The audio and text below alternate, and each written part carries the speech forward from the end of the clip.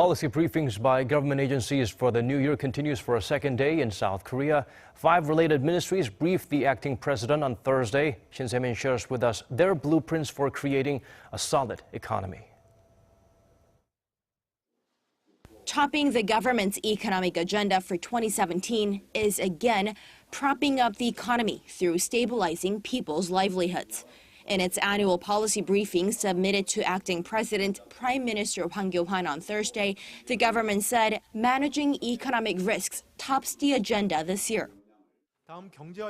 With the domestic economy losing steam due to weakening consumer sentiment and the cooling property market, we need to make efforts to tend to detailed needs of the economy. We also need to find channels of new growth. And to help speed up growth, the finance ministry says it'll front-load more than 30% of the government's annual budget, some $72 billion in the first quarter, amid looming uncertainties at home and abroad.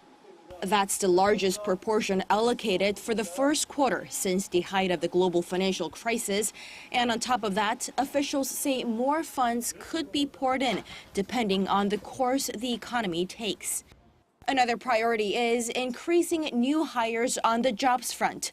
The government and state-funded corporations will give work to more than 60,000 young Koreans in hopes of reducing the stubbornly high youth unemployment rate that had stayed above 10% in the past couple of years.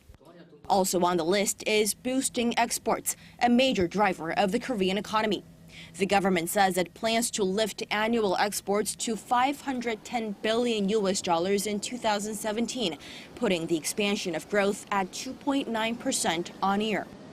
And they plan to do that by reshuffling the nation's industrial portfolio and refocusing on export items that are high value-added goods and services.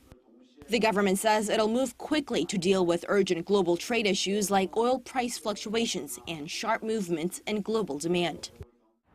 And all of this comes against a backdrop of the government's initial growth target of reaching 2.6% for this year, extending its annual growth target of 2% to 3 years. Shin Se-min, Arirang News.